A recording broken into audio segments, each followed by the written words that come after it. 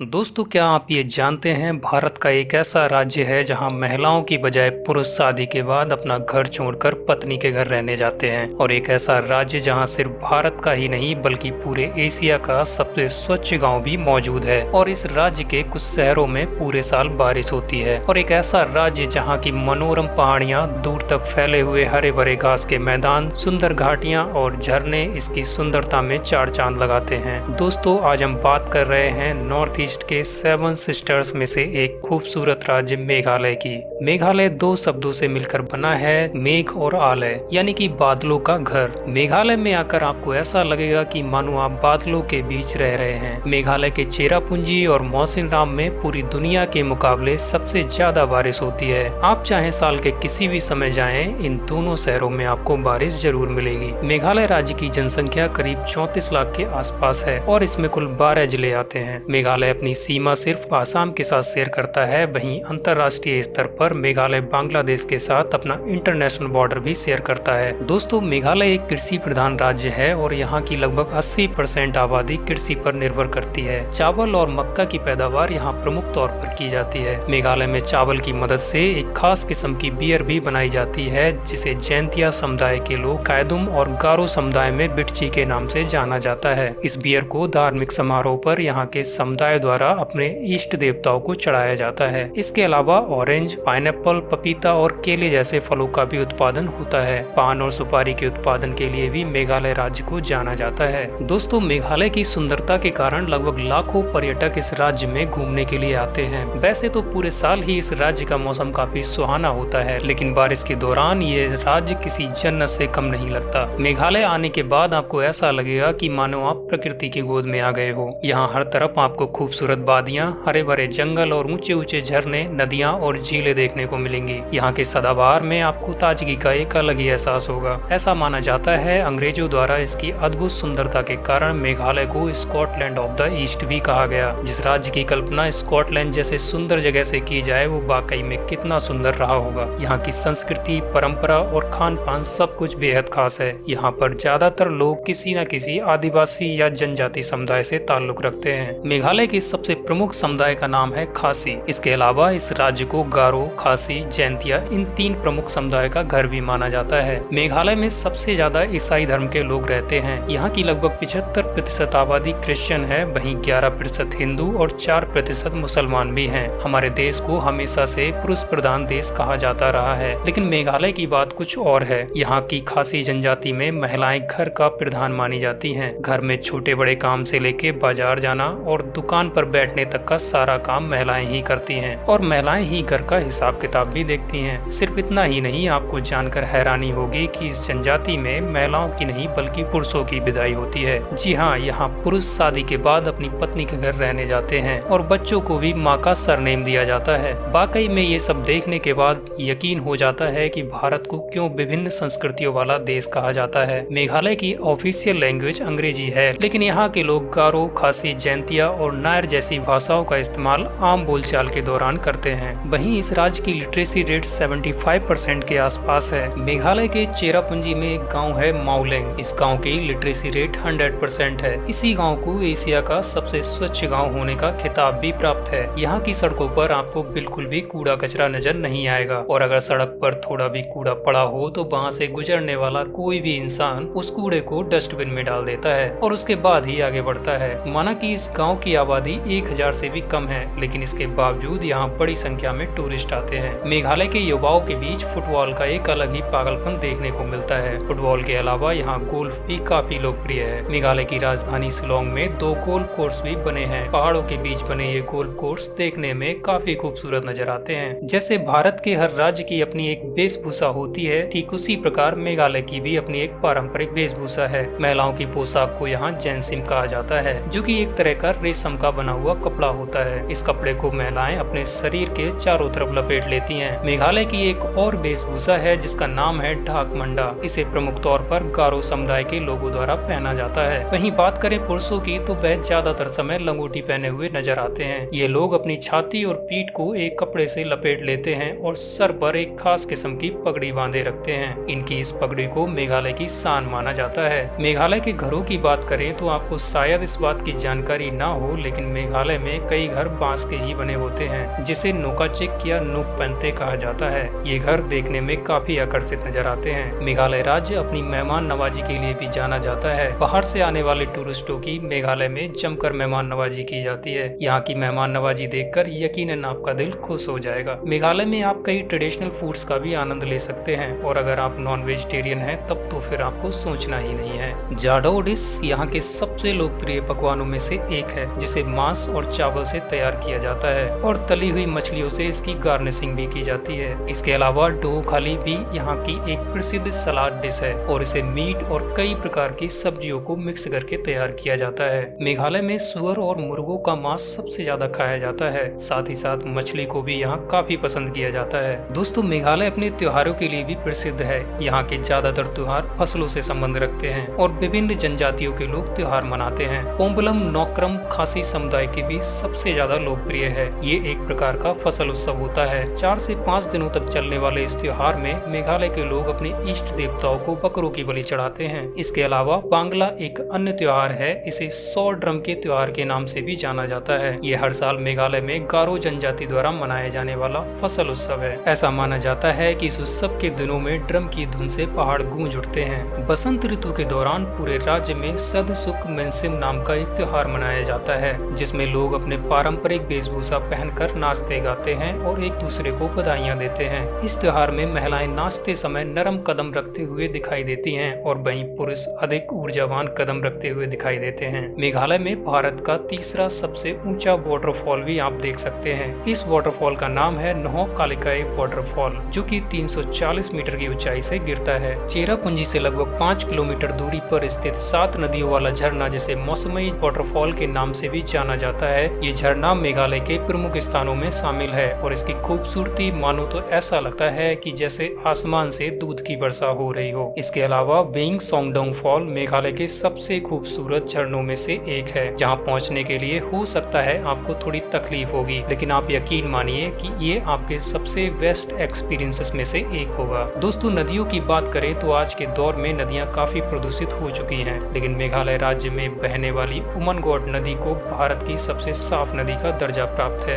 इस नदी में नाव पे सवारी करने में ऐसा लगता है मानो कांच पर नाव चल रही हो। इस नदी को डॉकी रिवर के नाम से भी जाना जाता है। ये एक बेहद खूबसूरत और अद्भुत नदी है, जिसे देखने के लिए देश विदेश से लोग आते हैं। मेघालय की एक बात जो आज इसे खास बनाती है वो है यहाँ के लिविंग रूट ब्रिजेस, यानी पेड़ से निकली जड़ों की मदद से बनाए गए पुल। इनकी सबसे खास बात ये है कि ये मेघालय के स्थानीय जनजाति लोगों के द्वारा बनाए जाते हैं। मेघालय के इन पुलों को देखने के लिए लोग दूर दूर से आते हैं। मेघालय की उमियम लेक, जो शिलोंग से लगभग 15 किलोमीटर दूर मानव निर्मित झील है, यहाँ पर आप बोटिंग का आनंद भी ले सकते हैं। मेघालय का प्रवेश द्वार कहे जाने वाला शिलोंग शहर मेघालय की राजधानी भी है, जिसे हम बादलों का निवास भी कहते हैं। यहाँ पर आप पहाड़ और सुंदर वादियों की ओर बिना आकर्षित हुए नहीं रह पाएंगे। दोस्तों, म्यूजियम तो आपने बहुत सारे देखे होंगे, लेकिन शिलोंग के डॉन बॉस्को म्यूजियम की बात ही कुछ और है। ये म्यूजियम एशिया के सबसे बड़े कल्चरल म्यूजियम में से एक है, जो कि एक आदिवासी जीवन संग्रहालय है। इस म्यूजियम में आपको मेघालय के कल्चर और इतिहास के बारे में विस्तार से जानने को मिलेगा। मेघालय के इतिहास की बात करें तो ब्रिटिश शासन से पहले ये एक स्वायत्त क्षेत्र हुआ करता था, लेकिन अंग्रेजों ने इसे आसाम में शामिल कर दिया और लंबे समय तक ये आसाम का ही हिस्सा था। लेकिन भारत की आजादी के बाद यहाँ मौजूद गारो, खासी और जैंतिया के लोगों ने अपने लिए एक स्वतंत्र राज्य की मांग की और 21 जनवरी 1972 को ये एक स्वतंत्र राज्य बना। आपको बता दें कि मेघालय की पहाड़ियों में 400 से भी ज्यादा ऑर्किड्स खिलते हैं। ये राज्य अपनी सेंचुरीज के लिए भी प्रसिद्ध है। नुकरक नेशनल पार्क और बालपक्रम नेशनल पार्क मेघालय आने वाले टूरिस्टों के बीच काफी लोकप्रिय है। मेघालय राज्य कई प्राकृतिक संसाधनों से भी युक्त है। यहाँ लाइमस्टोन, कोयला और डोलोमाइट जैसे कई खनिज भारी मात्रा में पाए जाते हैं। मेघालय की एक जैंतिया हिल में स्थित मवसाई गुफा को एक रहस्यमय गुफा भी कहा जाता है।